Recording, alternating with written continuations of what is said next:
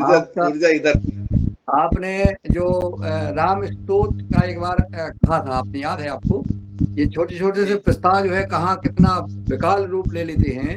ये मन के भाव युगार में एक ही ये ऐसी अच्छाई है, ये विशेषता है कि हमारे किसी भी सदस्य के मन में अगर कोई भाव आते हैं तो वो चिंगारी होती है, लेकिन वो चिंगारी कितना रूप ले लेती है।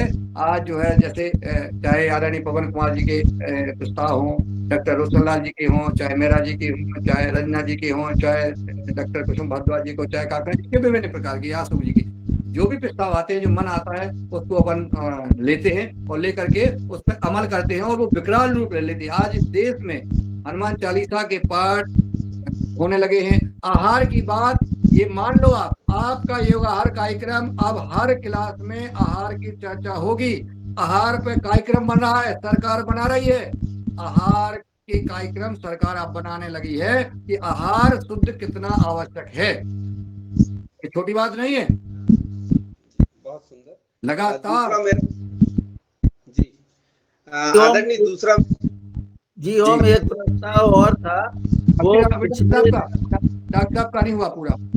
अच्छा, जी जी जी जी दादू, क्षमा चाहूंगा। मेरा ये दूसरा जो प्रस्ताव था कि हम जो हनुमान चालीसा पढ़ते हैं तो अब क्या हो रहा है, धीरे धीरे हम अपने मन से पढ़ने लग जाते हैं। तो कृपा करके आप मन से बिल्कुल ना पढ़े, पुस्तक रख ले, चश्मा लगा ले, जो जो जैसे पढ़ते हैं और सामने बहुत बढ़िया। पूरा रखें उसको। क्या होता है कि हम जब पढ़ते हैं तो हमारे शब्द छूटते हैं। मैं अक्सर देखता हूँ कि एक दो शब्द इधर उधर होते, राम दुआरे है, राम दुलारे नहीं है। वो कई जगह हमारी गलतियां होती है, तो हमको बहुत जगह देखना है। और पाए, मतलब ऐसी छोटे छोटे शब्द हैं जो हम गलत करते हैं, तो वो उसको अपने को, जैसा उन्होंने हमारे परम संत तुलसीदास जी ने जो लिखा है उसको हम यथा जैसे उन्होंने कहा है और जो उसमें सुधार हुआ है उसके हिसाब से हम उसको कहें। नहीं सुधार मालूम है तो पुस्तक जो कह रही है वो करें। तो वो जो आखिरी में आता है, जो सुधार किया हमारे परम आदरणीय संत जी ने, तो उसको जो राय सिर साझा, उसमें हर व्यक्ति उसको बोलने की कोशिश करता है। आप लिख लें उसको, अगर आपको अगर नहीं बन रहा है तो आप उसको लिख लें और फिर उसको बोलें। दूसरा, अशोक भैया से एक निवेदन था। अशोक भैया जब वो बोलते हैं, वो करते हैं अपना हाँ जी बात। अंतिम में जब समापन करते हैं, तो मात भवानी दुख भाग भव, माता क्यों दुख की भागी भव होगी भैया, माँ कश्चित दुख भाग भवे। तो जी क्या है, ये दूसरे लोग जब सुनते हैं ना हमारी बात को, तो बोलते हैं अरे ये कैसे बात, दूसरे लोग बोलेंगे, हमको तो मालूम है कि क्या बात हो रही है, पर जब जी बाहर जी। कहीं ये बात जाती है तो वो लोग बोलेंगे कि ये तो गड़बड़ है। तो ये मात भवानी नहीं, माँ कश्चित दुख भाग भवे। जी ओम, क्षमा चाहूंगा बहुत अगर गलती हुई हो तो भैया से नहीं। विशेषता। ये डॉक्टर साहब, अभी देखिए आपने जो कहा है, अभी मैंने कल जब मैं रंजना जी से मेरी बात हो रही थी तो मैंने आदरणीय अशोक जी के शांति पाठ की बात कही थी। रंजना जी उसके प्रत्यक्ष प्रमाण हैं। और हमने कहा अशोक जी को फोन लगा के बताना है। और कल परसों जो आदरणीय हमारी प्रणीता सागरे बहन जी ने जब हनुमान चालीसा पढ़ा था, उसमें निरंजन बोला था। एक दो गलतियां हुई थी, और भी कई भाई बहनों की गलतियां हुई हैं। मतलब मैं तो अपनी बहन जी को इसलिए बोलता है कि उनको कोई इस बात का वो नहीं होता है, सुधार करने की आवश्यकता है। जो आपने आज प्रस्ताव दिया है, आपको कैसे पता कि हमारी चर्चा इस विषय पे हुई है और आपने इसको प्रमाण रख दिया है? ये यथार्थ कह रहा हूं मैं। ये आवाज जो है, ये योगहार की कई सदस्यों की ऐसी आवाज होती है कि जो मन में होता है वो किसी न किसी सदस्य के द्वारा वो रखा जाता है। अभी कल ही बात हुई है इन विषयों पर और आज आपने इसको रख दिया है। ये रखने ही वाला था मैं। बहुत बहुत यही तो जो है आत्मा के जो है बात है। चलिए मेहरा जी, आप अपन कर लेते हैं और फिर इसको समापन को ले जाएंगे। जी जी, हमारा पिछले हफ्ता एक प्रस्ताव था कि आदरणीय शरद वर्मा जी को योग शिक्षक के रूप में बहुत दिन हो गए उनको योग करते करते, अब वो योग कराएं भी, ये ठीक निवेदन ठीक। बहुत हो रहा, पर वो अभी वो अभी योग शिक्षक नहीं बने हैं, तो उन्हें अगले हफ्ते में निश्चित रूप से शिक्षक बनाया उनकी जाएगा। सहमति लेके, अशोक उनकी शरद जी की सहमति लेकर अपन कर लेंगे। चलिए करते हैं क्या, अब हम करते हैं भ्रामरी। भ्रामरी।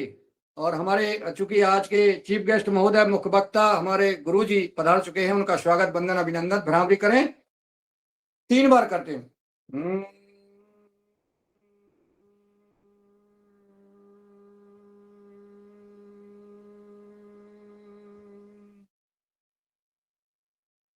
हम्म।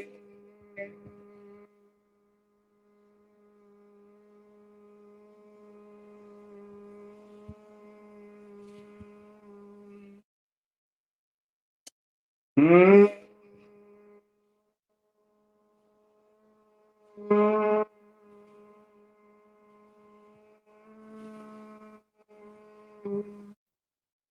दोनों हाथों को घुटने पर रख लें, ध्यान मुद्रा में आंखें बंद रहें, उद्गीत प्राणायाम।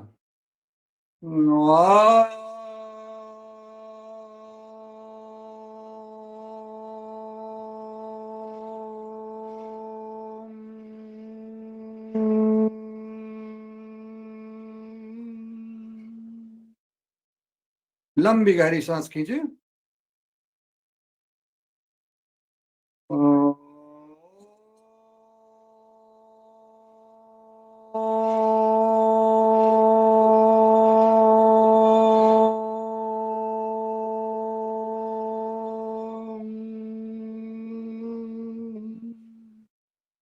उद्गीत प्राणायाम इतना करना है कि पूरा अपना प्रांगण ओम के साथ, ओमकार के उच्चारण के साथ ओममय हो जाए।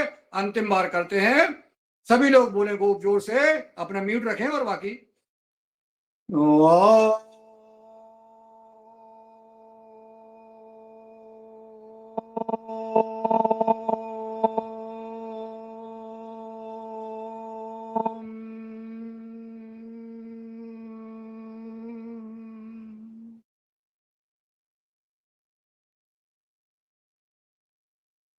थोड़ा ध्यान, ईश्वर का ध्यान हमने कर लिया है और हमारा सारा वातावरण ओममय हो गया। जहाँ पूरे वातावरण में हमारे ओम का जहाँ विद्यमान हो जाते हैं, ओम हो जाता है, ओम का उच्चारण होता है, वहां सारी व्याधियां दूर भाग जाती हैं, सारे विकार दूर भाग जाते हैं। आपके शरीर के विकार दूर भाग गए हैं, आपके घर के, आपके प्रांगण के, आपकी बगिया के, आपके आंगन के सारे विकार, सारे दोष, सारे नक जो है जिनको हम क्या कहते हैं ग्रहण, सब कुछ का व्याधियां दूर ओम के साथ हम चलते हैं।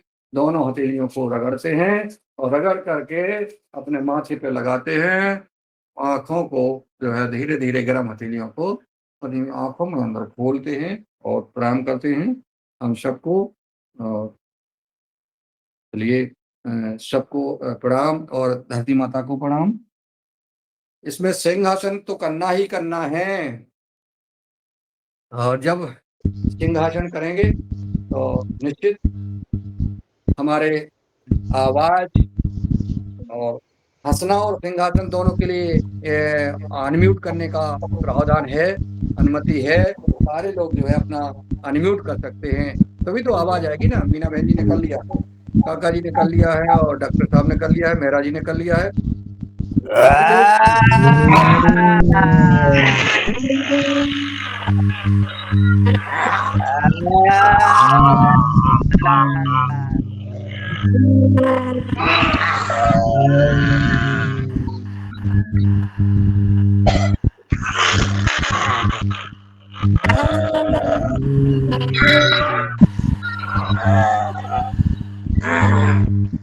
अब भैया ये मुस्कान जो आ रही है मेहरा जी की, ये किस बात की आ रही है, ये समझ में नहीं आ रहा। मुस्कुरा है, मुस्कुरा क्यों रहे भाई?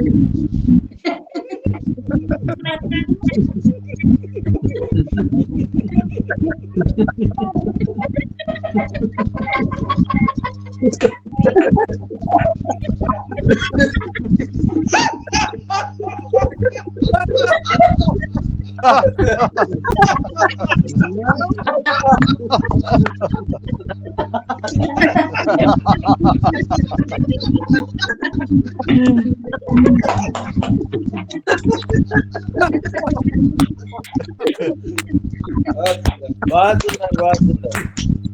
चलिए सबको प्रणाम, शांति पाठ करते हैं।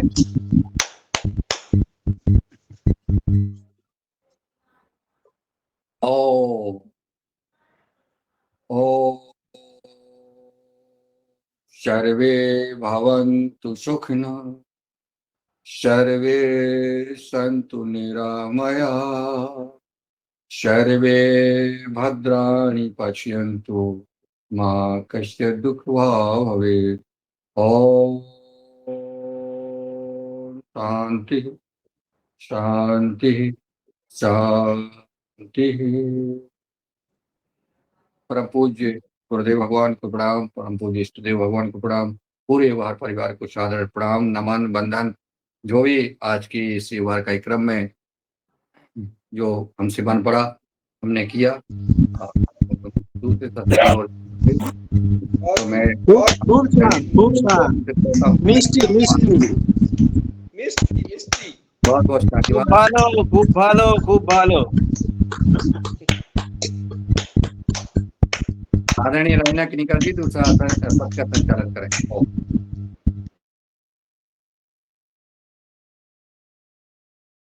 दूसरे सत्र में भी हम सब जो है प्राणायाम, आसन, व्यायाम, आसन व्यायाम करेंगे तो वीडियो बंद रहेगा। प्राणायाम कर सकते हैं तो प्राणायाम करते हुए आप वीडियो खोल सकते हैं। वीडियो हिलना नहीं चाहिए, कपड़े लत्ते इधर उधर करते हुए वीडियो नहीं खोलना है, क्योंकि जो वक्ता है हमारे जो चीफ गेस्ट हैं उनके हमको वो ध्यान भटक जाता है, उनको सुनना है। और ये प्राणायाम करने से निश्चित हमारे जो वो योगार कार्यक्रम में जो उपस्थित सदस्य हैं उनको ध्यान आता है कि हमें प्राणायाम करना है, तो कर सकते हैं बैठे बैठे। आपका वीडियो कैमरा हिलना नहीं चाहिए जी। तो आदरणीय रंजना जी उपस्थित हैं तो हमारे आज के चीफ गेस्ट महोदय को सादर आमंत्रित करें और इसका संचालन करें। जी आदरणीय, बहुत बहुत धन्यवाद जी आपकी आदरणीय दिलीप चंद्र जी। आपके सुंदर योग संचालन के बाद जी जो ऊर्जा हमने प्राप्त की है उस ऊर्जा को समेकित करते हुए और आदरणीय सदस्यों की तरफ से आपको बहुत बहुत धन्यवाद देते हैं कि इसी तरह से ऊर्जावान होकर हमें भी ऊर्जा युक्त बनाए रखिए। और जब हम आपके माध्यम से द्वितीय सत्र में पहुंचते हैं तो द्वितीय सत्र में आज की हमारी मुख्य वक्ता हमेशा की तरह गुरुवार के दिन आदरणीय डॉक्टर राकेश कुमार आर्य जी, जो कि इतिहासविद हैं और संपादक हैं उगता भारत समाचार पत्र की। आज आप आर्य समाज और भारत का क्रांतिकारी स्वाधीनता आंदोलन इस विषय पर वार्तालाप करने वाले हैं और इस विषय पर उन पहलुओं को, उन अनछुए पहलुओं को भी बताने वाले हैं जो कि बहुत लोगों के पास सूचनाएं आई हैं, लोगों ने पढ़ा है और बहुत मेरे जैसे व्यक्तियों ने कुछ कुछ सूचनाएं प्राप्त की। तो संपूर्णता के साथ आर्य समाज और भारत का क्रांतिकारी स्वाधीनता आंदोलन, आप सभी के माध्यम से मैं आदरणीय मुख्य वक्ता जी का हार्दिक स्वागत करता हूँ। बहुत स्वागत।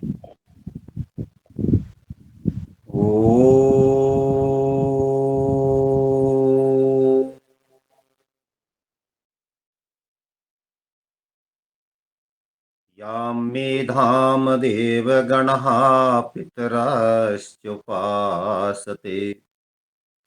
तया मेधया अग्ने मेधाविनं कुरु।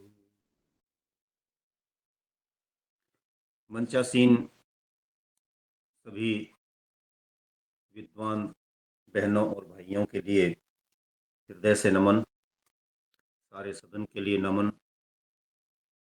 आज का बहुत ही सुंदर योग कार्यक्रम आदरणीय मुनीलाल जी करवा रहे थे। योग के साथ साथ ओम की भी चर्चा कर रहे थे। कह रहे थे कि जितनी व्याधियां हैं वो सारी इसके जप से समाप्त होती हैं।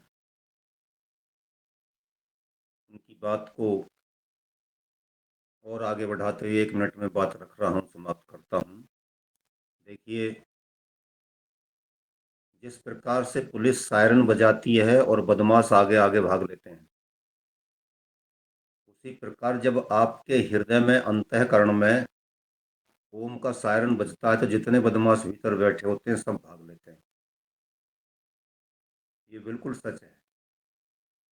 तो उन बदमाशों को रोज भगाया करो, काम का, क्रोध का, मद का, मोह का, लोभ का, ईर्ष्या का, घृणा का, द्वेष का, अरे कितना बड़ा जंजाल है।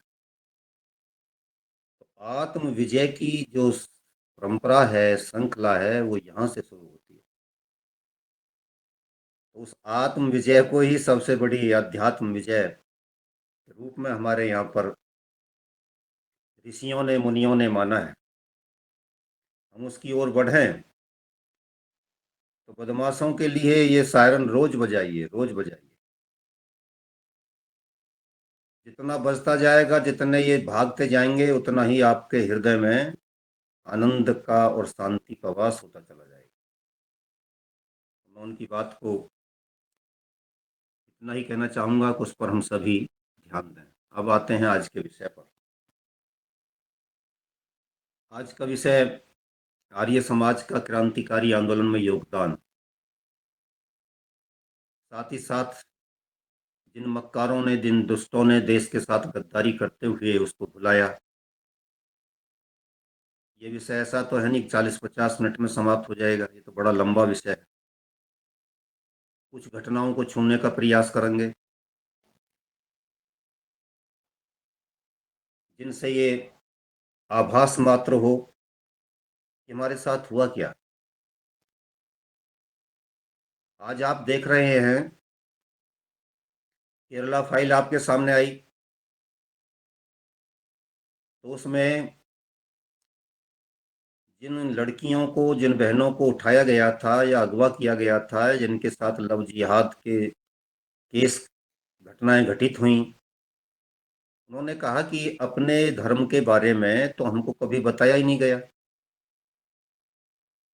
अब षड्यंत्र कितना गहरा है, षड्यंत्रकारियों का जंजाल कितना विराट है, विशाल है, इसको आप देखिए। आपको इतिहास से काटा गया, इतिहास की परंपराओं से काटा गया, धर्म से काटा गया, वेद आदि शास्त्रों से काटा गया। और जो लोग ये कहते थे कि उर्दूनिष्ठ हिंदी होनी चाहिए, उन्होंने ये पाप किया। उसका परिणाम ये हुआ कि पिछली पीढ़ी ऐसी तैयार हुई जो इन सब से दूर थी। उनके पास अपने धर्म के बारे में, अपने शास्त्रों के बारे में, अपने इतिहास के बारे में कुछ भी बताने के लिए अपने बच्चों के लिए नहीं था, जिसका परिणाम आज ये आ रहा है कि आर्य समाज जैसे क्रांतिकारी संगठन, राष्ट्रभक्त संगठन के परिवार से भी लड़कियां जा रही हैं। अभी घटना घटित हुई है, उत्तर प्रदेश का पुलिस दल बंगाल गया, अपने पैसा से गया, अपना खर्चा करके गया, लाखों रुपए खर्च किए उन्होंने, और अच्छे घराने की दो आर्य परिवेश में पली बढ़ी लड़कियों को लेकर के आए। तो उनसे कहा कि तुम ऐसा क्यों कर रही हो। घंटों घंटों के बाद और कई दिन के बाद, कई कई घंटों की, कई कई दिन की चर्चा के बाद जाकर उन्होंने कहा कि आर्य समाज भी ये कहता है कि परमपिता परमेश्वर एक है, और इस्लाम भी एक यही कहता है, खुदा एक है। तो इसलिए कोई फर्क नहीं पड़ता यदि हम इधर से उधर चले गए। तो इसमें क्या हो गया, उनका ब्रेन वॉश किया गया, और हम लड़ने लगे कि ये पौराणिक और ये आर्य समाजी। हम भूल गए कि हमको तो एकता का प्रदर्शन करना था, हमको तो एक साथ चलना था, हाथ में हाथ डाल करके चलना था। एक मानव श्रृंखला बनानी थी कि जिसको कोई भी क्रॉस ना कर सके, जिसको कोई भी तोड़ ना सके। हमको टुकड़ों में बांट दिया गया। बांटने का परिणाम ये हुआ कि हमारे साथ ये घटनाएं प्रतिदिन हो रही हैं, प्रतिदिन हो रही हैं। पानीपत के बापोली से कल मेरे पास फोन आया, जहां पर आप सुन रहे हैं, रोज अखबार में पढ़ रहे होंगे। वहां पर क्या घटनाएं घटित हुई, हमने वहां उसके लिए मांग की थी। उन लोगों का कल फोन आया कि आप आइए। वो घटना भी आपको बता रही है कि हमारे ही लोगों को, हमारे ही लोगों के सामने खड़ा किया जा रहा है। इन सब घटनाओं के दृष्टिगत, बन रहे परिवेश के दृष्टिगत, इतिहास और इतिहास के सचकोर गद्दारों की मक्कारियों को समझना समय की सबसे बड़ी आवश्यकता है, सबसे बड़ी आवश्यकता। अब आप देखिए, चंद्रशेखर आजाद जी की हम कल जयंती मना रहे थे। जयंती के अवसर पर कितने लोगों ने उनको श्रद्धांजलियां दी। माना कि हम और आप सब चूक कर रहे थे, सरकारी स्तर पर कितने कार्यक्रम। कांग्रेसी सरकारों के जमाने में तो कोई बात ही नहीं थी, आज चर्चाएं तो होती हैं। और कारण क्या था? कारण यह था कि जब चंद्रशेखर आजाद जी का अंतिम समय आया तो उससे पहले वो पंडित जवाहरलाल नेहरू से मिले थे उसी दिन। और पंडित जवाहरलाल नेहरू को उन्होंने भगत सिंह और उनके साथियों को फांसी से बचाने के लिए, केस की पैरोकारी के लिए और अपना कुछ अलग से ऐसा सुरक्षित कोष धन दिया कि जैसे समय आने पर हम प्रयोग कर लेंगे। जब ये देखा गया कि ऐसी कोई भी कार्रवाई इन लोगों ने नहीं की है और ये चाहते हैं कि भगत सिंह और उनके साथी फांसी पर चढ़ा दिए जाएं और इतिहास में केवल इनका नाम शेष रहे बाद में, जब उन्होंने देखा कि देश के क्रांतिकारियों के प्रति इनका दृष्टिकोण कितना नकारात्मक है, कितना सड़ा हुआ है, तो वो अपने उस धनराशि को लेने के लिए नेहरू के पास गए। नेहरू जी से कहा सुनी हुई, गर्मा गर्म चर्चा हुई, बहस हुई और आपके चंद्रशेखर आजाद जी ने बड़ी कड़ी कड़ी और खरी खरी बातें नेहरू को सुनाई। उसके बाद आज सुजीत आजाद, जो चंद्रशेखर आजाद जी के भतीजे रहे, वो बताते हैं कि नेहरू ने पुलिस के लिए फोन किया कि मेरे पास से अभी गया है और फला स्थान के लिए गया है, आप जाकर के वहां पर उसको गिरफ्तार कर सकते हैं। तो नेहरू ने ही हमारे इस महानायक को, क्रांतिकारी को मरने के लिए प्रेरित किया, बाध्य किया, विवश किया। मक्कारों के द्वारा लिखा गया यह इतिहास आपको नहीं बताए कितनी बड़ी गद्दारी देश के क्रांतिकारी के साथ की। इतिहास मौन हो गया, लेखनी की स्याही सूख गई और हमने भी जय जयकारे लगाते हुए आगे बढ़ना स्वीकार कर लिया। बापू तेरी जय, नेहरू तेरी जय। ये दिल का दर्द है, ये कोई भाषणबाजी नहीं है, लेकिन ये हुआ है। कल हमने अपने उस महानायक के लिए विनम्र श्रद्धांजलि अर्पित की, करनी भी चाहिए थी। मध्य प्रदेश का जो मालवा अंचल है, जिसमें राजगढ़, सीहोर, शाजापुर, देवास, रतलाम, इंदौर, धार जैसे जिले आते हैं, 1857 की क्रांति के बारे में तो हमने बहुत पढ़ा, और वो भी अगर सावरकर जी ना होते और वो उसको भारत की स्वाधीनता का पहला संघर्ष, संग्राम न घोषित करते, तो आपको कदापि वो भी सुनने को, समझने को नहीं मिलता। तो यहां पर हुआ क्या था? 1857 की क्रांति से भी 33 साल पहले यहां पर क्रांति हुई, 33 वर्ष पहले। और 24 की घटना है, और 24 ही जुलाई क्रांति के नायक कुंवर चैन सिंह को आज ही के दिन बलिदान देना पड़ा था। हम अपने उस क्रांतिकारी के प्रति जिसने हमारे देश के लिए क्रांति की बुनियाद रखी, मंगल पांडे और धन सिंह कोतवाल से भी पहले, मध्य प्रदेश से जिसने क्रांति का शुभारंभ किया, आज हृदय से नमन करते हैं। उनके साथ उस समय के जितने क्रांतिकारी थे सारे गुमनाम हैं, सारे के सारे गुमनाम हैं। और कांग्रेस के गद्दारों के द्वारा लिखे गए इतिहास में तो ये कुंवर चैन सिंह भी गायब हैं, कहीं नहीं है।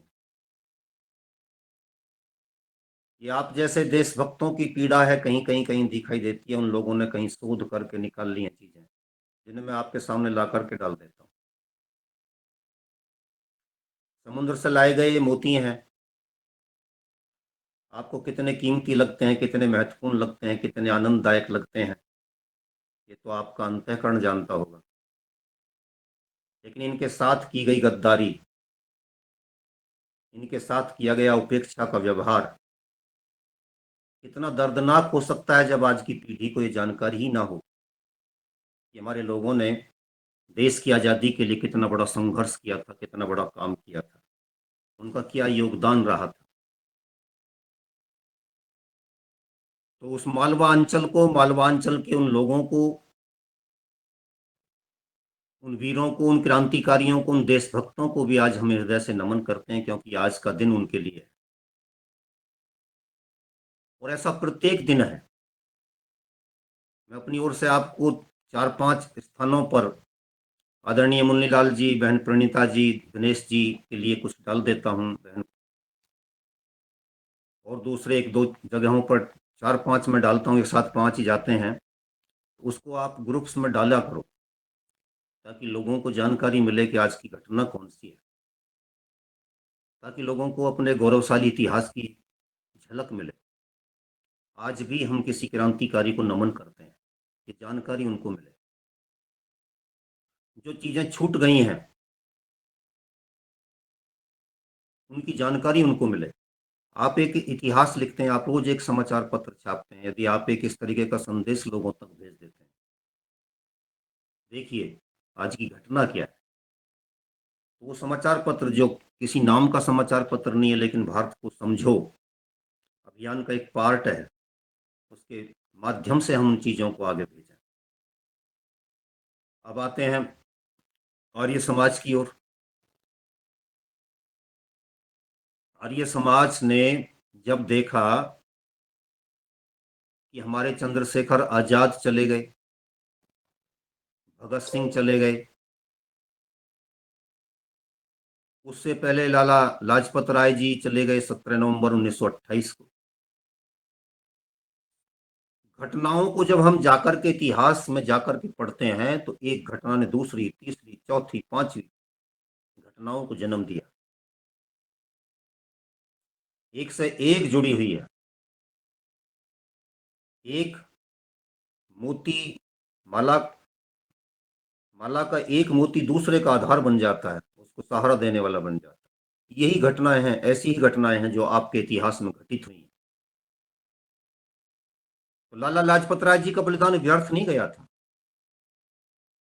अनेक क्रांतिकारियों ने खड़ा होना स्वीकार कर लिया, अनेक क्रांतिकारी मैदान में आ गए थे, जिन्होंने अपने आप को समर्पित कर दिया था राष्ट्र के लिए, देश के लिए, समाज के लिए, धर्म के लिए। उन्हीं में से भगत सिंह थे, उन्हीं में से चंद्रशेखर आजाद थे, उन्हीं में से राम प्रसाद बिस्मिल वगैरह, जो भी कोई उससे पहले की घटनाओं से जुड़ करके जिस जिस प्रकार से इन क्रांतिकारियों ने अपना अपना बलिदान दिया, तो सारा का सारा अनुकरणीय है। आर्य स्वराज्य सभा की स्थापना की गई। एक स्वराज्य पार्टी आई थी, आपको याद होगा इतिहास में। आर्य उसी के अनुरूप और भी राष्ट्रवादी विचार से प्रेरित होकर के आर्य स्वराज्य पार्टी का गठन किया गया। और इस आर्य स्वराज्य पार्टी में जो लोग सम्मिलित थे वो थे चौधरी वेदव्रत जी, जो आगे जाकर के स्वामी सत्यानंद के नाम से सन्यासी हुए। इन्हीं के साथ दूसरे थे श्री राम गोपाल जी शास्त्री और तीसरे थे अजीत सिंह सत्यार्थी। ये भारतीय स्वातंत्र समर में आर्य समाज का योगदान, इस पुस्तक के पृष्ठ संख्या 133 पर इनके बारे में लिखा गया। इन तीनों ने स्वराज्य के लिए ये सभा बनाई और नाम दिया आर्य स्वराज्य सभा। इसका भी इतिहास में कहीं आपको उल्लेख तक नहीं मिलेगा, नाम का भी उल्लेख नहीं मिलेगा, कोई ऐसी संस्था भी काम कर रही। लेकिन ये कर क्या रही थी और ये बनाई क्यों गई थी? जिन मक्कारों ने हमारे नेताजी, हमारे चंद्रशेखर जी के साथ, हमारे अन्य क्रांतिकारियों के साथ, भगत सिंह जी के साथ, उनके अन्य साथियों के साथ मक्कारियां की थी, गद्दारियां की थी, उन्हें फांसी पर चढ़ने दिया था, ये उनकी सहायता के लिए स्थापित किया गया संगठन था। और इसने काम क्या किया? काम किया लाला लाजपत राय जी की प्रतिमा, जो मैं बताने जा रहा हूं ये भी कहीं नहीं मिलेगा आपको प्रचलित इतिहासों में। इन पुस्तकों में अलग तो मिलेगा आपको। इन तीनों वीर क्रांतिकारियों ने लाला लाजपत राय जी की प्रतिमा लाहौर के उसी चौक के बीचों बीच, सड़क के बीचों बीच स्थापित की, जहां पर उनको पुलिस कप्तान सैंडर्स ने मार मार करके लाठियों के प्रहार से समाप्त कर दिया। और अंग्रेजों को उस समय ये सबसे बड़ी चुनौती थी, जिनके सामने जुबान खोलना उस समय प्रतिबंधित था एक प्रकार से। उनके इस प्रकार के एक्ट के खिलाफ, कृत्य के खिलाफ हमारे ये लोग उतर करके आए, ये क्रांतिकारी इस प्रकार का कार्य करें, तो समझो कि ब्रिटिश साम्राज्य को सीधी चुनौती। इस पर इनको गिरफ्तार भी किया गया। 1947 में देश आजाद हुआ तो यही तीनों क्रांतिकारी थे जो लाला जी की प्रतिमा को लाहौर से उठा करके, क्योंकि लाहौर पाकिस्तान में चला गया था, तो वहां से उठा करके ये जम्मू लेकर के आए थे। वहां पर ला करके एक स्थान पर उनकी प्रतिमा को स्थापित किया। लेकिन क्योंकि क्रांतिकारियों के प्रति कांग्रेस का उपेक्षापूर्ण व्यवहार रहा, घृणा का व्यवहार रहा, इसलिए इन क्रांतिकारियों का इस प्रकार का गुणगान कहीं नहीं मिलता। उन्होंने लाकर के उसको रिज के मैदान में, जो जम्मू में पड़ता है, शिमला में ला करके, वहां पर नहीं, शिमला में ला करके इन्होंने स्थापित किया उसको।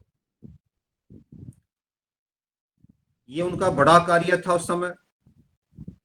जिन कार्यों को कांग्रेस अपने लाखों करोड़ों अनुयायियों के होते हुए, समर्थकों, सदस्यों के होते हुए नहीं कर पाई, उसको इस छोटे से संगठन ने करके दिखाया, क्योंकि इनके भीतर राष्ट्रभक्ति थी, देशभक्ति।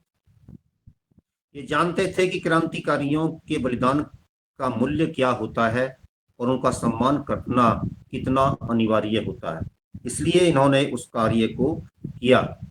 चौधरी वेदव्रत जी, जो कि आगे चल करके स्वामी सत्यानंद बने, जब जेलों में सड़ रहे थे, उनके साथ अनेक प्रकार के अमानवीय अत्याचार किए जा रहे थे, अनेक प्रकार की निर्दयता, बर्बरता, क्रूरता उनके साथ बरती जा रही थी। तब इनकी पत्नी और पुत्री धनाभाव में टीबी से जूझते हुए संसार से चली गई। लेकिन देश के लिए काम करने वाले इस सूरवीर ने कभी ये नहीं कहा कि क्या हो गया, परिवार खप गया, समाप्त हो गया। लेकिन नहीं कहा। सरदार पटेल जी एक मुकदमे की पैरोकारी कर रहे थे, पैरवी कर रहे थे, बहस कर रहे थे, तभी उनके पास उनकी पत्नी की मृत्यु का तार पहुंचता है। उसको पढ़ लेते हैं, जेब में रख लेते हैं, बहस करते रहते हैं। बहस करने के बाद में अंत में जज से कहते हैं, जब वो संपन्न हो जाती है, पूर्ण हो जाती है, कि अब आप जो करें सो कर लेना, मेरी पत्नी का देहांत हो रहा है, मैं जा रहा हूं, हो गया है। इस बात को सुनकर के उनको, जज को भी बड़ा आश्चर्य हुआ था, जज को भी बड़ा आश्चर्य हुआ था। आपने ये क्या कर दिया, तारीख दे देते हैं, हम अगली डेट लगा देते। नहीं, ये मेरा पहला कार्य है। फिर पत्नी के लिए जाते हैं। इस भाव से प्रेरित होकर के ये लोग सड़क पर उतरा करते थे। रामचंद्र जी के लिए यदि वन के रहने वाले लोगों ने, बंदरों ने नहीं, वन के रहने वाले सूरवीर लोगों ने जो वन में निवास करते थे, वो वानर कहलाते थे। उन लोगों ने अपनी एक सेना बना करके दी, बिना पैसे के, बिना वेतन के। देश के लिए कितनी बड़ी सेवा थी। और वही कार्य आपके लिए ये आर्य स्वराज्य सभा के लोग कर रहे थे। उसी कार्य को आपके नेताजी सुभाष चंद्र बोस की आजाद हिंद फौज के लोग कर रहे थे। तो ये वानरों की सेना तो हमारी परंपरागत सेना है भाई। इन्हीं के कारण हम अपने आप को सुरक्षित रख पाते हैं, और ये परंपरा हमारी समाप्त नहीं हुई है। आज भी आप जैसे लोग बिना वेतन के काम कर रहे हैं, राष्ट्र के जागरण के लिए काम कर रहे हैं। उनको पहचानिए, उनको देखिए। आज भी कितने वानर हैं जो इस तरीके से समाज में उतरे हुए हैं, वो क्रांति का बिगुल फूंक रहे हैं। उनकी उछल कूद का अभिप्राय बंदर की उछल कूद नहीं है। उनकी जो उछल कूद है वो वानर की उछल कूद है, यानी कि विशेष नर की उछल कूद है, जो सारे समाज में उथल पुथल मचाए रखते हैं, क्रांति का भाव जगाए रखते हैं। वो योद्धा हैं। स्वाधीनता सेनानी के रूप में कांग्रेस ने आपके इस योद्धा को कभी चिन्हित नहीं किया। आजादी मिली, आजादी के बाद ये भी एक एक पैसे के लिए तड़प तड़प करके मर गए, चले गए। प्रोफेसर राजेंद्र जिज्ञासु जी का नाम आपने सुना होगा। बहुत बड़े लेखक हैं, बहुत बड़ा काम उन्होंने किया है। उन जैसे तड़प वाले कुछ लोग इनके लिए थोड़ा बहुत साधन जुटाया करते थे उस समय, लेकिन इनको स्वाधीनता सेनानी की पेंशन नहीं मिली, माने ही नहीं गए, क्योंकि इन्होंने कोई काम नहीं किया था उनकी दृष्टि में। पंजाब के रहने वाले एक सरदार सिंह नाम के व्यक्ति हुआ करते थे। उन्होंने अपने नाम के पीछे टाइटल लगा लिया था पागल, सरदार सिंह पागल। पंजाब केसरी में 80 के दशक में उनके लेख आया करते थे, 80-90 के बीच में। उनमें वो लिखा करते थे, कई बार लिखा उन्होंने। एक बार लिख रहे थे वो कि जब प्रताप सिंह कैरो की सरकार पंजाब में थी, तो उन्होंने मुझे बुलाया और कहा कि तुम भी देश के लिए स्वाधीनता सेनानियों में अपना नाम लिखवा लीजिए, पेंशन मिलने लगेगी। उन्होंने कहा कि मैंने जो कार्य किया था वो बेचने के लिए नहीं किया था, मैं अपनी देशभक्ति को बेचूंगा नहीं। प्रताप सिंह कैरो ने इस तरीके से गर्दन हिला करके कह दिया पागल है। तब से उन्होंने अपना टाइटल ही पागल रख लिया। लेकिन ऐसे सरदार सिंह पागल इस देश में कितने हुए, तनिक कल्पना कीजिए। वो लाखों की संख्या में निकल करके आएंगे, करोड़ों की संख्या में चले जाएं तो भी गलत नहीं कहेंगे आप। लेकिन ऐसा हुआ। अधरंग इनको मार गई थी जीवन के अंतिम पड़ाव में। और अधरंग का मारा हुआ व्यक्ति कितना परेशान हो जाता है, जिसको शौच आदि जाने के लिए भी व्यक्ति की आवश्यकता पड़ती है। उपचार के लिए धन की आवश्यकता पड़ती है, इनके पास कुछ नहीं था, दोनों ही चीजें नहीं थी। 1942 में पंजाब में जब स्वामी स्वतंत्रानंद जी सन्यासी थे, बड़े क्रांतिकारी सन्यासी थे, वो कार्य कर रहे थे, और उनके साथ में काम करते हुए जब पंजाब में वो जागरण का कार्य कर रहे थे, उस समय के पंजाब का मतलब है आज की दिल्ली, आज का हिमाचल प्रदेश, आज का पंजाब, आज का हरियाणा, इतने बड़े क्षेत्र में वो कार्य कर रहे थे, जागरण का कार्य चल रहा था। 30 गांवों में 32 सभाओं का आयोजन किया और 37 भाषण उन्होंने दिए।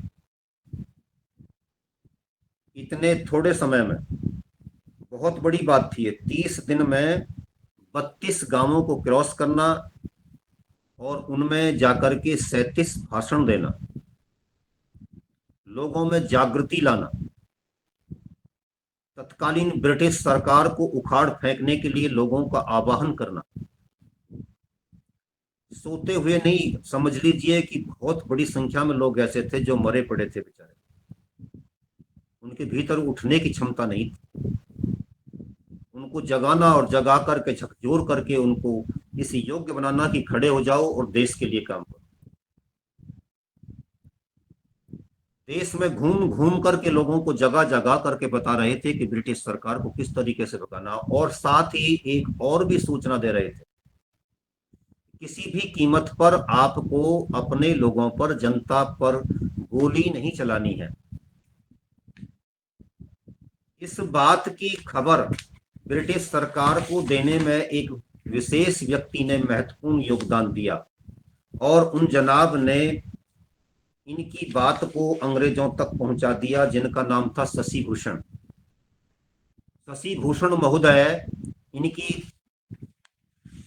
गुप्तचरी कर रहे थे, इनके भीतर रह करके, इनके साथ रह करके, इनकी सभाओं में उपस्थित होकर के सारी सूचनाएं अंग्रेजों तक पहुंचा रहे थे। इस गद्दार को बाद में कांग्रेस ने अपनी पार्टी से टिकट दिया और ये देश के लोकसभा के मेंबर बने। एक गद्दार को कांग्रेस ने लोकसभा में प्रवेश करने दिया, प्रवेश कराया, और इस बात पर गर्व की अनुभूति करते हुए कराया कि इसने उस समय ब्रिटिशर्स की हेल्प की थी, अपने ही लोगों के विरुद्ध इसने गद्दारी की थी, और वो गद्दारी उनके लिए राष्ट्रभक्ति थी। दोनों बातों का अंतर समझ लीजिए आप, जिसको गद्दारी कहेंगे वो उनके लिए राष्ट्रभक्ति थी। इतिहास का लेखक किसी पुस्तक में ये लिखते हैं, आचार्य सत्यप्रिय शास्त्री जी, कि ये ऐसे व्यक्ति को लाल किले के सामने खड़ा करके गोली मारनी चाहिए, लेकिन उसको गोली ना मार करके उसको इस प्रकार का पुरस्कार देने का काम कांग्रेस की सरकार ने किया। उन्होंने लिखा कि गोरी चमड़ी वाले तो चले गए, लेकिन काली चमड़ी वालों का राज भारत में आ गया। नजरबंदी में लाकर के उनको अपने गृहनगर दीनानगर के मठ में रख दिया गया था। उस समय उनके जो कपड़े थे स्वामी जी के, जिन एक जोड़ी कपड़ों में वो जेल में गए थे, वही उनके तन पर थे, और वो भी चीथड़े चीथड़े हो गए थे। जो कॉपीन होता है, बस वही उनके पास थोड़ा सुरक्षित बचा हुआ था। वो अपने संस्मरणों में लिखते हैं कि रात को मैं कपड़ों को इसलिए उतार देता था कि ये और फटने की स्थिति में आ जाएंगे। यदि पहन करके सोऊंगा तो थोड़ा इधर उधर कहीं दब सकते हैं, फटेंगे, तो केवल कॉपीन धारण करके मैं सो जाया करता था। जिनकी लाशों पर चल करके आजादी आई, उनकी याद बहुत ही गहरे लोगों ने दफनाई। ये इस भारतवर्ष का सच है। उनके साथ भी वही हुआ कि उन्हें कहीं स्वतंत्रता मिलने के उपरांत कहीं किसी तरीके से पूछा नहीं गया। मैंने आपको पूर्व में भी संभवतः यह प्रसंग सुनाया होगा। नेताजी सुभाष चंद्र बोस जब कांग्रेसियों ने निकाल दिया तो वो वहां से कांग्रेस से रिजाइन करने के बाद फॉरवर्ड ब्लॉक की स्थापना करते हैं, जो उनकी अपनी पार्टी थी, और इस के माध्यम से वो आगे बढ़ने का निर्णय लेते हैं। तब वह मुंबई में पहुंचते हैं और मुंबई में जाकर के सावरकर जी से मिलते हैं। 22 जून 1940 को उनकी ये पहली और अंतिम मुलाकात थी दोनों महापुरुषों की, सावरकर जी और नेताजी। उससे पहले सावरकर जी नेताजी की बड़ी आलोचना किया करते थे, सावरकर की आलोचना नेताजी किया करते थे। किस बात को लेकर के? क्योंकि वो कांग्रेस में थे और वो शुद्ध हिंदूवाद की राजनीति कर रहे थे।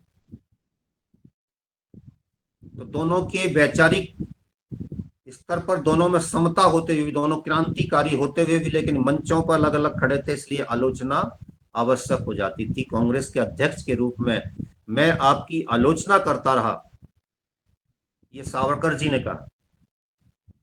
आप कांग्रेस के अध्यक्ष थे तो इसलिए मैं आपकी आलोचना करता रहा, लेकिन ये दूसरा विषय था।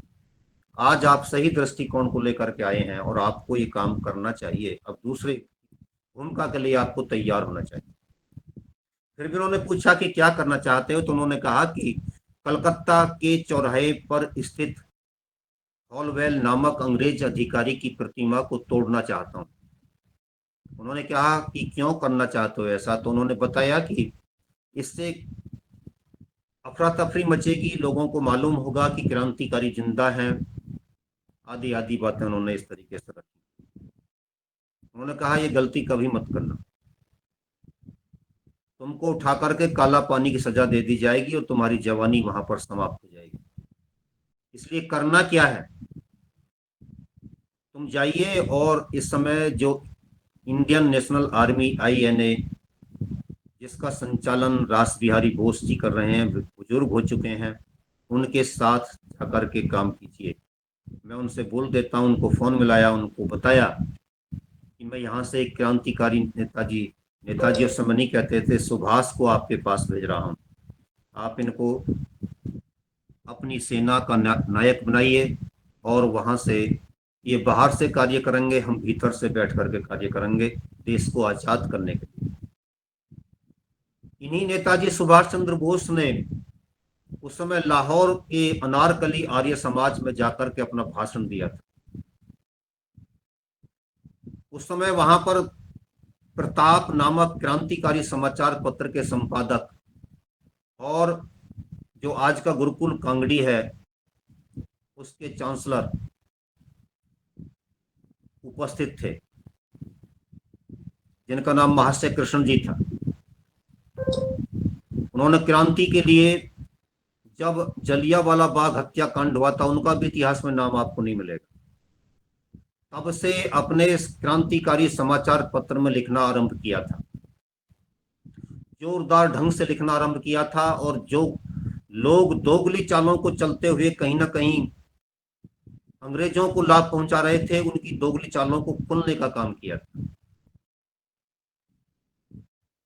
उनका वो प्रताप समाचार पत्र, जो उस समय अंग्रेजों के विरुद्ध आग उगलता था, प्रताप का मीनिंग ही प्रताप का आग से होता है, और आप तो राणा प्रताप के उपासक हैं, उनको मानने वाले हैं, तो आपके भीतर भी वो आग ही दहक रही है।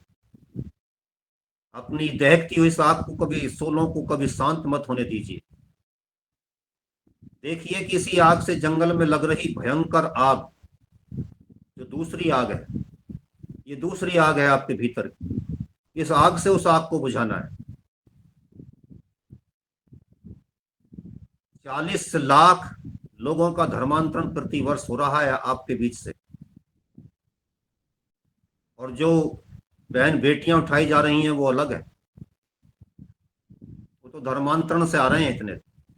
मैं उस आग की ओर आपको कह रहा हूं, उस आग को, इस आग से, राष्ट्रभक्ति की आग से बुझाना है, और बुझाएंगे। हम होंगे कामयाब एक दिन। संकल्प उनका है तो संकल्प हमारा भी है, और अपने संकल्प पर हमें खड़े रहना है, काम करना है, चलना है। नेताजी सुभाष चंद्र बोस वहां जाते हैं अनारकली आश्रम। अनारकली आर्य समाज लाहौर क्रांतिकारियों को गढ़ रहा है। बार बार क्रांतिकारियों के बारे में जब आप चर्चा सुनेंगे तो आपको लाहौर जरूर सुनाई देगा। और ये देश के भीतर आ रहा था, हमको मिल रहा था। ये भी नेहरू और गांधी के कारण उधर चला गया। अन्यथा आज अपने क्रांतिकारियों के स्मारकों पर जाकर के आप वहीं जाकर के फूल चढ़ाया करते। आपसे वो अवसर छीन लिया गया। इस दिल के दर्द को गहराई से अनुभव कीजिए, अनुभव कीजिए। कितने क्रांतिकारियों की समाधियों पर फूल चढ़ाने से हम वंचित कर दिए गए। इतिहास तो छीना गया, समाधियां भी छीन ली गई। और हमने उन सब पर स्वीकृति की मोहर लगा दी, कारण चाहे जो रहे। जब वहां पर वो पहुंचे तो उन्होंने वहां पर बड़ा ओजस्वी भाषण दिया। ओजस्वी भाषण देने के बाद उनसे वहां से कृष्ण जी ने कहा, मैंने सुना है कि आप सावरकर जी के कहने से विदेश जा रहे हैं। उन्होंने कहा जी। तो उन्होंने कहा कि ठीक है, तो ये 10,000 रुपये लीजिए, पोटली निकालते हैं, थैली देते हैं, ये लीजिए। 1940 में 10,000 रुपये बहुत मायने रखते थे। और तभी उन्होंने ये भी कहा कि जितने भी मेरे आर्य समाज के गुरुकुल हैं, उन सब के विद्यार्थी आपकी अपनी फौज के सिपाही हैं। जब आप आवाज दोगे तब मेरे सारे विद्यार्थी आपके साथ आकर के खड़े हो जाएंगे। आज कोई प्रिंसिपल इस बात की गारंटी नहीं ले सकता कि मेरे सारे के सारे विद्यार्थी आपकी सेना के सैनिक हैं, लेकिन ये उस समय की बात थी जिस समय आर्य समाज के गुरुकुलों को अंग्रेज कहा करते थे कि ये क्रांतिकारियों की फैक्ट्री है, और वहां से क्रांतिकारी ही निकल करके आते थे। क्रांतिकारियों को वो बम कहा करते थे। एक अंग्रेज आपके इसी गुरुकुल में गया था, जो आज गुरुकुल कांगड़ी के नाम से जाना जाता है। इस गुरुकुल में पहुंचने के बाद उन्होंने बताया था, दिखाया था कि आप क्रांतिकारी कहां से तैयार करते हैं, कि यही मेरी वो फैक्ट्री है जहां से मैं क्रांतिकारियों को तैयार करता हूं। वो गढ़ हो गए थे। आपने उस परंपरा को छोड़ दिया। आज आप आतंकवादियों के शिविरों पर जाकर के अटैक करते हैं, सर्जिकल स्ट्राइक करते हैं। लेकिन इसके लिए जो अपने देशभक्तों के शिविर स्थापित करने चाहिए सरकारों को, उनकी ओर हमारा कितना ध्यान गया। जहां से केवल और केवल राष्ट्रवाद की शिक्षा लेकर के लोग निकलते हो, इस ओर हमारा ध्यान कितना गया। कांग्रेसी सरकारों में तो कदापि नहीं गया। लेकिन दूसरी बात मैं बताना चाहता हूं, आर्य समाज ने जब अपने अनेक क्रांतिकारियों को देखा कि हमारे अनेक क्रांतिकारी स्वामी श्रद्धानंद जैसे बलिदानियों का बलिदान हो गया, वो हमसे ले लिए गए, छीन लिए गए। उसी समय आरएसएस की स्थापना होती है, जिसका अभिप्राय ही राष्ट्रीय स्वयंसेवक संघ है, स्वयंसेवी बन जाना। वेतन नहीं लेंगे, अपने आप देश के लिए काम करेंगे। और आज जरा आरएसएस के कार्यकर्ताओं को देखिए आप, कितनी बड़ी सेना में ये वानर सेना आपके लिए काम कर रही है। मुझे थोड़ी देर पहले कह रहा था आपसे, हम पहचानते नहीं है कि वानर समाप्त हो गए क्या? वानर समाप्त नहीं हुए, वानर आज भी हैं। इन वानरों को पहचानिए। दूसरे वानर आपके आर्यवीर दल के लोग हैं। उनकी आर्यवीर दल की स्थापना भी इसी बात को दृष्टिगत रखते हुए की गई थी। और इन वानरों ने भी उस समय उधम मचाया, खूब उधम मचाया। जब दो वानर इस तरीके से खड़े हुए समाज में दिखाई दिए, तो नवाब हैदराबाद ने अपने वानर तैयार किए। शब्द का फेर है, हम शब्द का अर्थ नहीं जानते, इसलिए हम समझ नहीं पाते कि इसका मीनिंग क्या होगा। उसने अपने वानरों की सेना का नाम रखा रजाकार।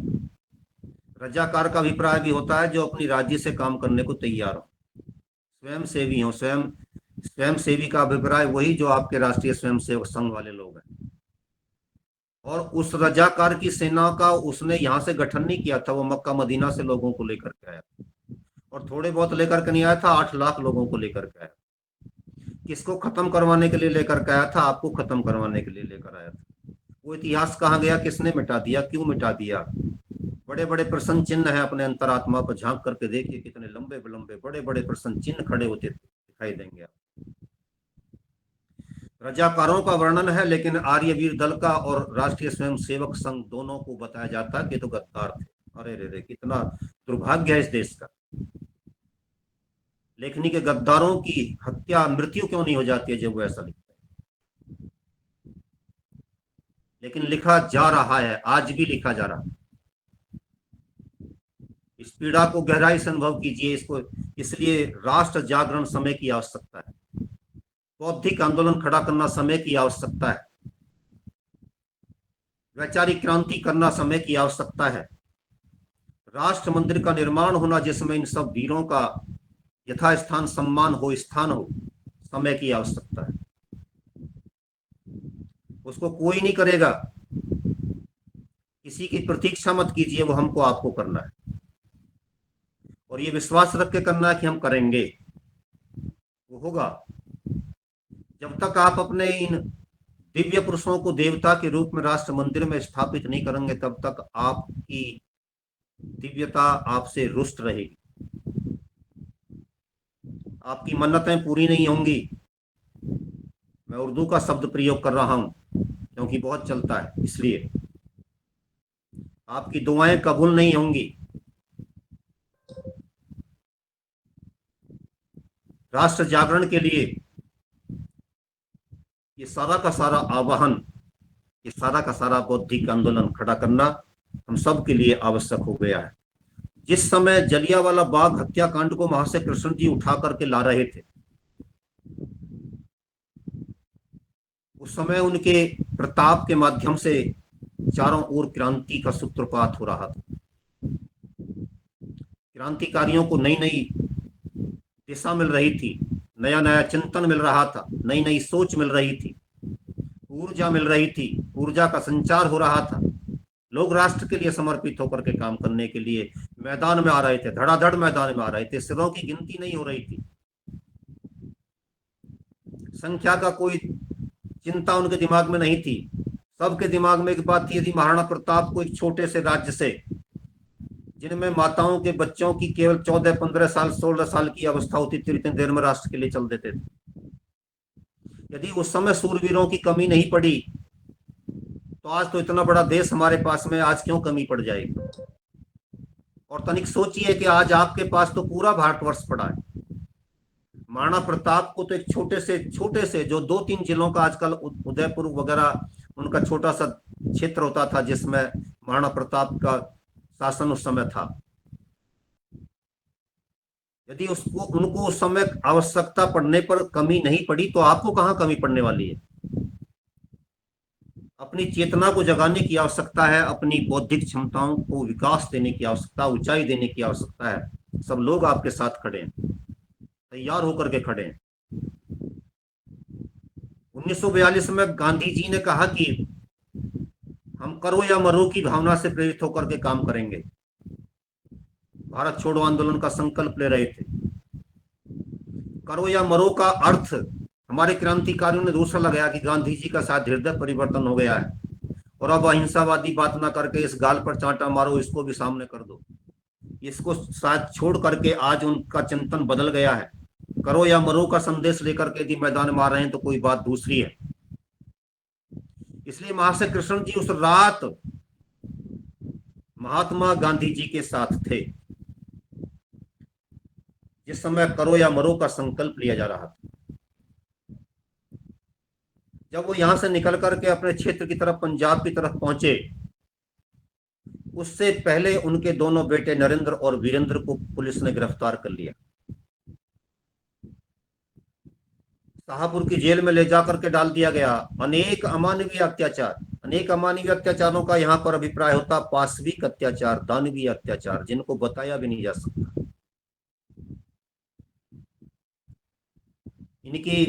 इनके पास बकरियां नहीं थी जो बादाम खाती हों। इनके पास अपनी चमड़ी थी जो उधेड़ी जाती थी,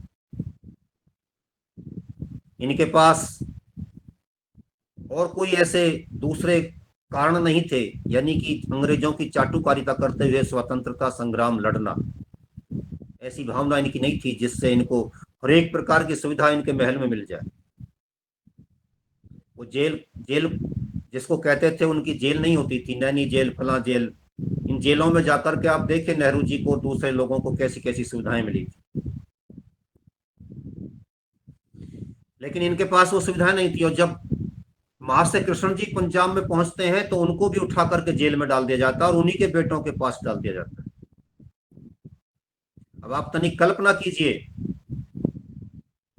कि मैं और मेरे बेटे, हर एक व्यक्ति ये सोचे, हर एक बहन ये सोचे, यदि एक ही जेल में अमानवीय अत्याचारों को झेल रहे हों और फिर भी उफ ना कर रहे हों, देश के लिए जीने की तमन्ना फिर भी हो, तो वो कितने महान रहे होंगे। अंग्रेजों की लाठियां टूट गई उन पर बरसते बरसते, अंग्रेजों की बंदूकों की गोलियां समाप्त हो गईं, लेकिन उनकी छातियां समाप्त नहीं हुई, उनके सिर नहीं झुके, सिर समाप्त नहीं हुए। जितने सिर कटते थे उतने सिर नए उग करके सामने आ जाते थे। ये देश है वीर जवानों का, अलबेलों का, मस्तानों का। और वो कौन से अलबेले और मस्ताने लोग थे? वो यही क्रांतिकारी लोग थे। ये तो चर्चा है, चलती रहेगी। हरि अनंत, हरि कथा अनंता। तो ये तो अनंता है, इसको आगे भी बढ़ाएंगे, लाएंगे, बहुत कुछ रह जाता है। आज भी जितना हम सोच करके आए थे नहीं हो पाया है, लेकिन कोई बात नहीं। अगले बृहस्पतिवार को आप इस दरबार में फिर हाजिर होऊंगा, कुछ अपनी विनती लेकर, कुछ अपनी प्रार्थना लेकर। तब तक के लिए आप सभी से प्यार भरा नमस्कार, सभी के लिए सादर अभिवादन।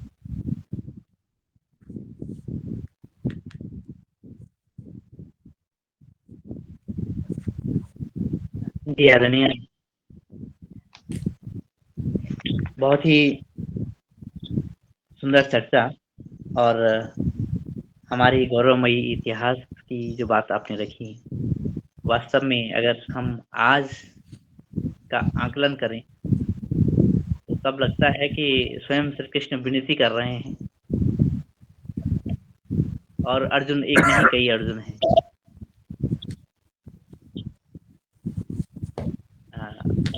इस क्रम में मैं आदरणीय शरद वर्मा सर, आपका हैंड रेज है, कृपया बात रखिएगा। जी, मैं आपको प्रणाम करता हूं और आपकी बातें हमारे दिल को छू लेती हैं। ऐसा लगता है कि हमारे साथ जो चीजें हुई हैं और जो हमारे सनातनी ने झेली हैं वो बहुत महत्वपूर्ण है उनको जानना। लेकिन आज के परिवेश में जो चीज हम देखते हैं, अगर कश्मीर का मुद्दा ले लें तो जो पंडितों का सहार हुआ, जब सुप्रीम कोर्ट में रिट लगाई गई तो उन्होंने ली नहीं। सुप्रीम कोर्ट क्यों, गुरुजी मैं चाहता हूं कि क्यों भागता है देश की नीति से? ऐसा क्यों किया कि वो जब पंडित, इतने सारे पंडितों का सहार हुआ तो उन्होंने रिट नहीं ली, और वही एक दूसरे समुदाय का नरसंहार कुछ होता है तो उसकी वो रिट ले लेते हैं। ये चीजें भी बड़ी एक सोचनी है। सुप्रीम कोर्ट के अभी 5-10 ऐसे कुछ वक्तव्य आए हैं बीच में जो कि कहीं हिंदू को कमजोर करने की कड़ी महसूस होते हैं। मुस्लिम लॉ में बहुत सारी चीजों को सुविधाएं देना, हिंदुओं की सुविधाओं को काटना, छोटी छोटी रिटों में हिंदुओं को चार्ज करना उनके ऊपर और उनका ना चार्ज करना दूसरे समुदाय। ये भी बड़ी एक सोचने की घटना है कि इतनी बड़ी सुप्रीम कोर्ट जो निष्पक्ष उसको अपना पद रखना चाहिए, क्यों नहीं रख पाती है? क्या रीजन है ऐसा कि पुरानी सरकारों ने उसका भरपूर उपयोग किया? कैसे बन गए ये बफर के नियम कि आप कहीं की भी जमीन ले सकते हो? 20 लाख हेक्टेयर जमीन आज एक सुप्रीम कोर्ट के एक नियम के कारण आज उनके पास है। ये सारी घटनाएं बड़ी मन को आज भी दुविधा है कि आज भी खतरे में है पूरा। क्या इसमें चाहता हूँ आपसे। जी, आपका धन्यवाद। आपने बहुत अच्छा प्रश्न उठाया है। देखिए, न्यायपालिका में कम्युनिस्ट विचारधारा के लोग प्रवेश कर गए और ये बहुत गहरे षड्यंत्र के अंतर्गत प्रवेश कराए गए हैं, जिनका भारत और भारतीयता से दूर दूर का भी संबंध नहीं है। सच्चाई तो है ये, बिना लाग लपेट के अगर कहा जाए तो सच्चाई है। इनके द्वारा जो आपकी वैदिक मान्यताएं हैं, वैदिक धारणाएं हैं, परंपराएं हैं, उनका खुल्लम खुल्ला उपहास करना और उनको तोड़ने के लिए परिवेश बनाना। जैसे हमारी कोई लड़की जाकर के अपने चाचा ताऊ के लड़के से या गांव के लड़के से शादी कर लेती है, तो ये कहते हैं कि ये बालिग हैं, कर लिया तो क्या हो गया। इसके पीछे पूरी की पूरी ईसाई लॉबी, पूरी मुस्लिम लॉबी, पूरी कम्युनिस्ट लॉबी और कांग्रेसियों का समर्थन, सेकुलरिस्टों का समर्थन सब खड़ा है। इसलिए लिव इन रिलेशनशिप को भी ये लोग मान्यता दे रहे हैं, गे कल्चर को भी इस देश में ला रहे हैं।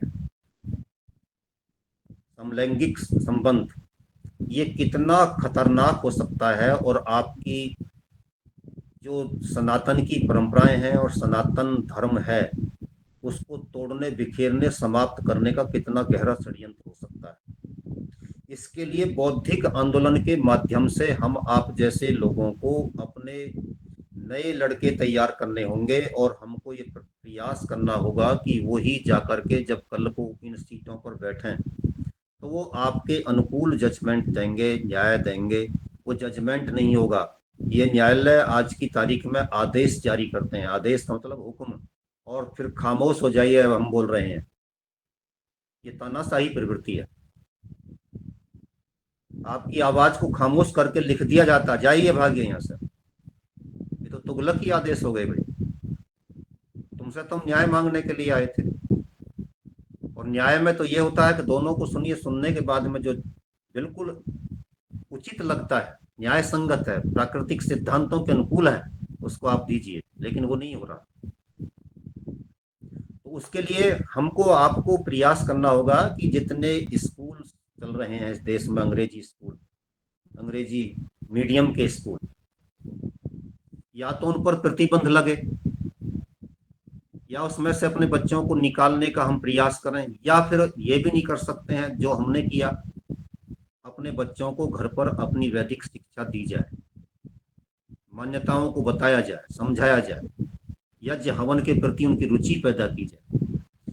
अन्यथा ये कुछ भी कर देंगे। इसके अलावा एक बात और समझ लीजिए कि यहाँ पर आतंकवादियों को, देशद्रोहियों को, देश के खिलाफ करने वाले लोगों को, देश के खिलाफ काम करने वाली मानसिकता को भी मानव माना जाता है। तो जब कानून के सामने बात जाती है तो कहते हैं तुम भी बराबर, तुम भी बराबर। यानी जो देशभक्त हैं वो भी बराबर, जो देश के साथ गद्दारी कर रहे हैं वो भी बराबर। कानून के लिए कह दिया जाता है कानून तो दोनों को बराबर माने। क्यों मानेगा? दोनों में अंतर कीजिए।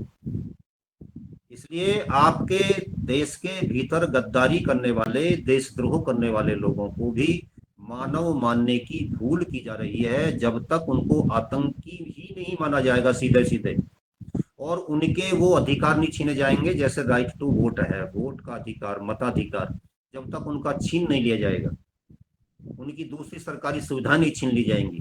जिस परिवार से कोई आतंकवादी निकले उसको कोई सरकारी सुविधा नहीं मिलेगी, ऐसे कानून नहीं बनाए जाएंगे, तब तक ये देश सुधर नहीं पाएगा और इस तरीके की व्याख्याएं इस देश में आती रहेंगी। जी धन्यवाद। जी धन्यवाद। और जी धन्यवाद। वास्तव में जो विषय रखा गया है वो विषय अपना बहुत बड़ा आकार लिए हुए है और आने वाले समय पर भी इस पर विवेचना हो और यही ऐसा भी लगता है। और इसी क्रम में आदरणीय रमेश सर मेहरा सर आप प्रश्न करिए और तत्पश्चात समय को देखते हुए हम 1-2 हैंड रेज़ ले पाएंगे। आदरणीय रमेश मेहरा सर। जी ओम, सदन को नमन। बहुत अच्छी चर्चा चल रही है, योग भी हमारा बहुत अच्छा रहा।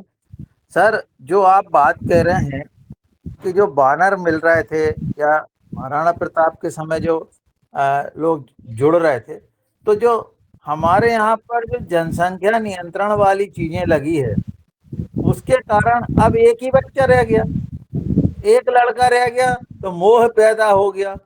अब परिवार में जब मोह पैदा हो गया, जब हमारे आजी के 13 बच्चे थे, तो एक मतलब 1 या 2 चले भी जाएं तो भी कोई दिक्कत नहीं थी और होता भी ऐसा ही था।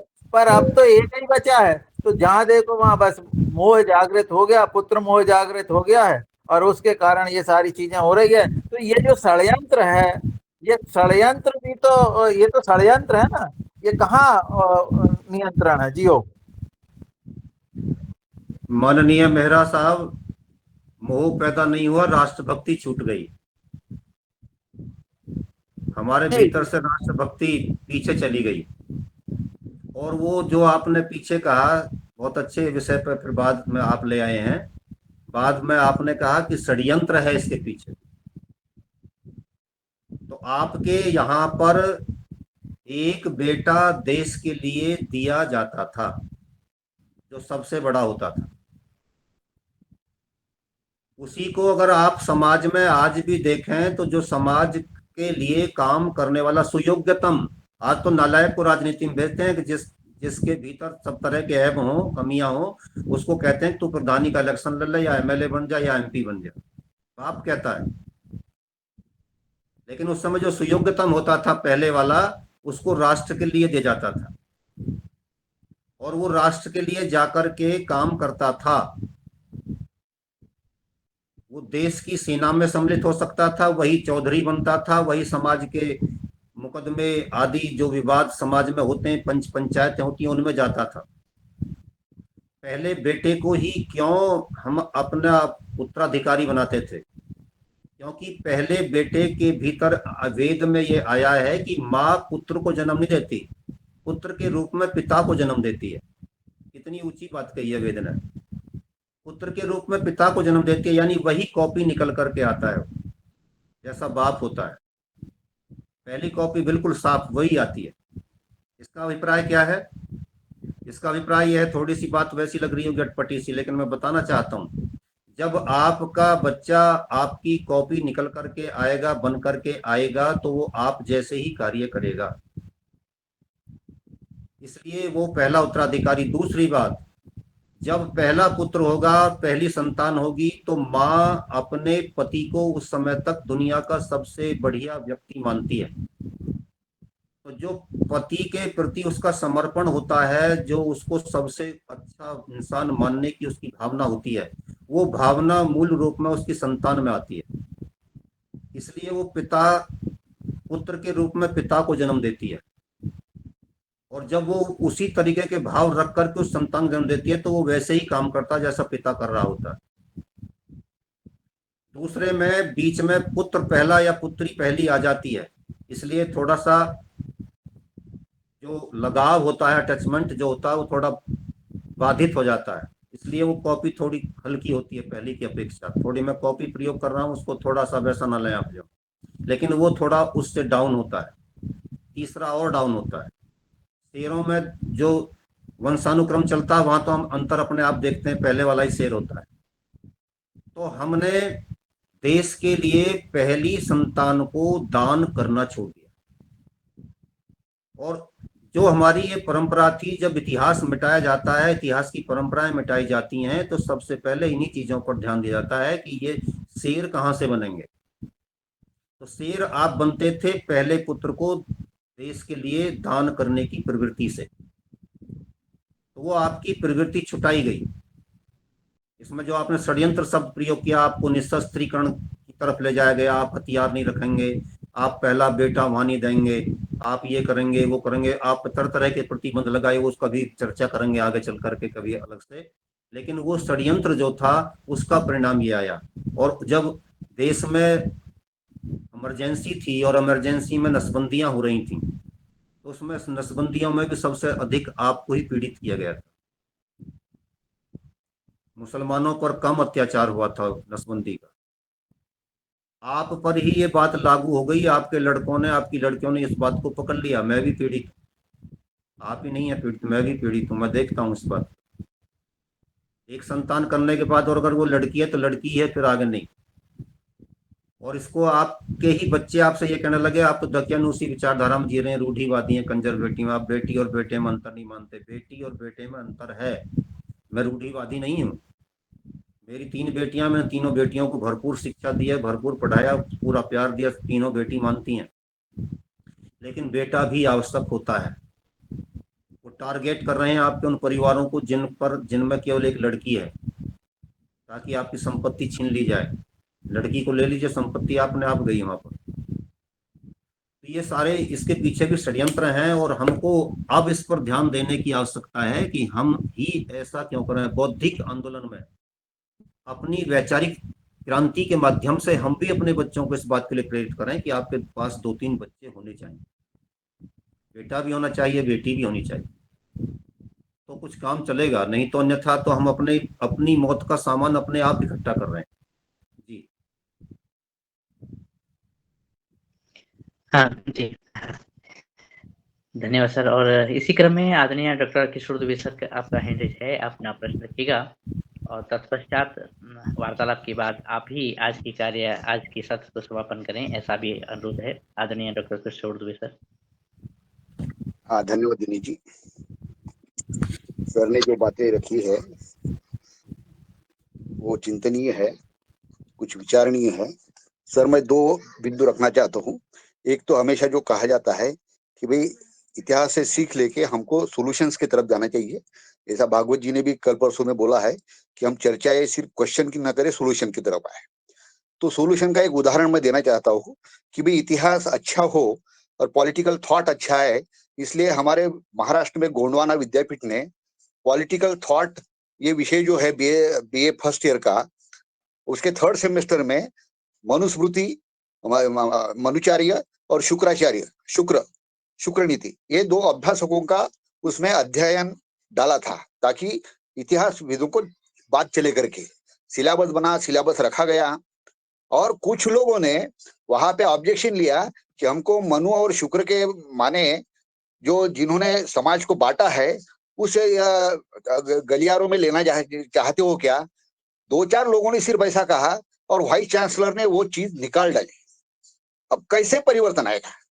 हम सॉल्यूशंस की बात बोल रहे हैं, हम परिवर्तन की बात बोल रहे हैं, नई शिक्षा नीति की बात बोल रहे हैं। नई शिक्षा नीति के माध्यम से कुछ जो प्राध्यापकों ने वो सिलेबस भी बनवाया, वो पाठ्यक्रम में भी डाला, लेकिन 2-4% भी लोग नहीं होंगे जिन्होंने बोल दिया कि नहीं भाई, हमको मनु बच्चों को नहीं पढ़ाना है, हमको शुक्र नहीं पढ़ाया है, और उसको वाइस चांसलर ने मान लिया।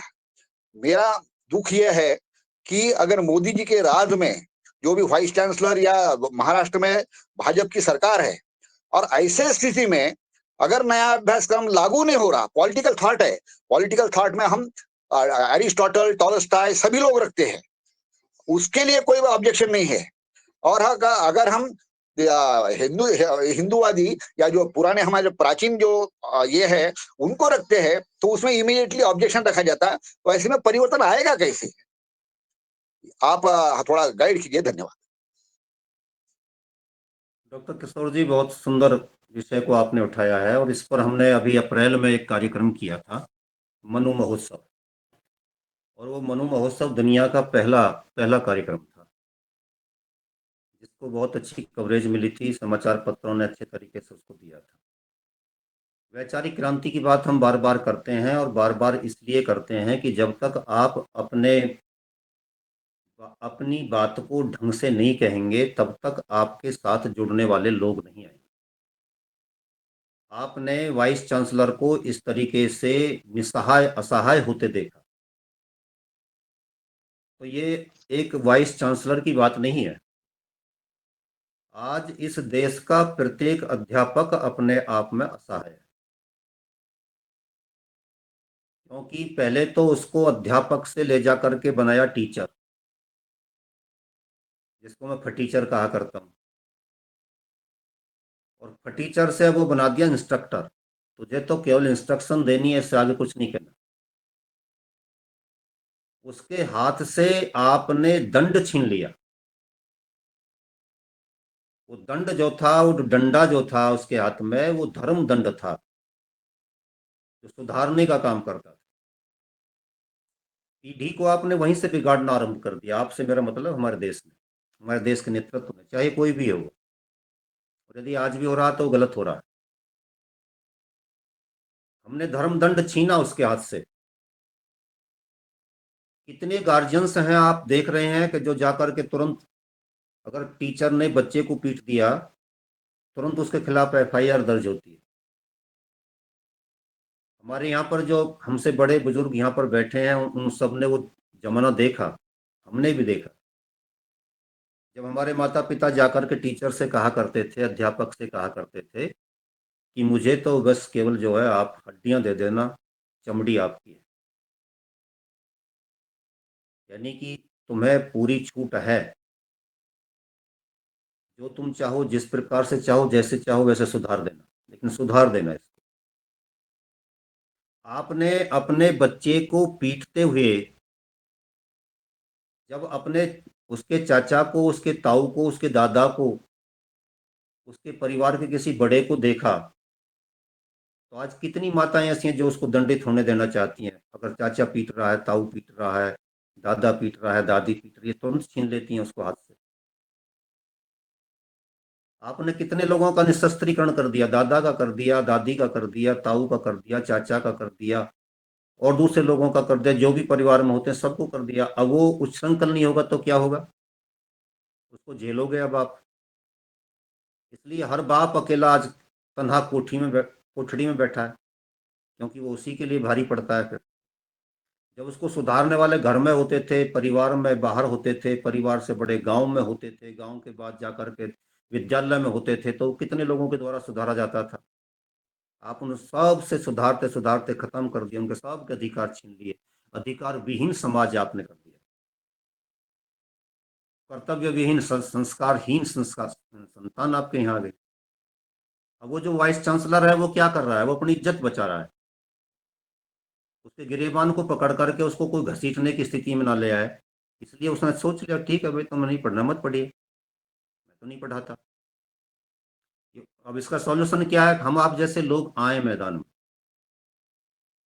हमको मैदान में उतरना पड़ेगा, ये परंपराएं स्थापित करनी पड़ेंगी, बताना पड़ेगा कि संस्कार देते समय टीचर के क्या अधिकार हैं, अध्यापक के क्या अधिकार हैं, अध्यापक कहते किसको, और अध्यापक हमारा गुरु, हमारा आचार्य हमारे लिए क्यों, आचारम ग्राह्यति आचारम ददाति, आचार्य जो आचार को ही देता है, आचार को ही ग्रहण करता है, और आचार का ही दान करता है, समाज में बांटता है, वही आचार्य होता है। जब ये चीजें हम बताएंगे, समझाएंगे और उसको अधिकार संपन्न करेंगे, उसके हाथ में दंडा देंगे, ये समाज देता है, समाज ने छीना है तो समाज को देना पड़ेगा। जब आप ये काम करने में सफल हो जाएंगे, लेकिन ये होगा आपकी वैचारिक क्रांति के माध्यम से, लोगों में जागृति लाने से कि भाई ये गलती हो रही है और भयंकर गलती हो रही है, मिट जाएंगे, समाप्त हो जाएंगे। यदि समय रहते आपने निर्णय नहीं लिया तो सारा का सारा ध्वस्त हो जाएगा। जब ये जागृति आ जाएगी, जागरण आ जाएगा, तो फिर ये चीजें लौट करके आएंगी, लेकिन इसमें भी समय लगेगा। ये जादू की छड़ी नहीं है कि आज घुमाई और कल को इसका परिणाम आ जाएगा। समय बहुत कुछ ज्यादा आगे बढ़ गया है। मैं इन्हीं शब्दों के साथ वाणी को विराम देता हूँ। धन्यवाद सर। आगे भी चर्चा चलती रहेंगी, लेकिन अभी समय हो गया है। डॉक्टर राकेश जी ने, जो बड़े इतिहासविद है, हमेशा यहाँ पे ज्ञान वर्धन करते हैं और विचारों को प्रेरणा भी देते हैं। उनका मैं योगाहार परिवार के माध्यम से आभार मानता हूँ। और यहाँ पे जो भी साथी जुड़ते हैं और इससे प्रेरणा लेते हैं, वो हमेशा ही हमारे योगाहार परिवार के मंच में जुड़े रहे, प्रेरित होते रहे, विचारक बनते रहे और समाज में अपना जो छोटा मोटा जितना भी हिस्सा लेना चाहते हैं उसमें वो शरीक होते रहे। इसी भावनाओं के साथ कल बड़े जोश से हम कल फिर से मिलेंगे हमेशा के समय पे योग के लिए और बाद में बौद्धिक चर्चा के लिए। इन्हीं बातों के साथ मैं आज का जो योगाहार कार्यक्रम है समाप्त होता है, ऐसी योगाहार परिवार के माध्यम से घोषणा करता हूँ। धन्यवाद जी। सभी के लिए सादर नमस्ते। जी सादर प्रणाम। गुरु जी एक सेना बनाना है अपन को।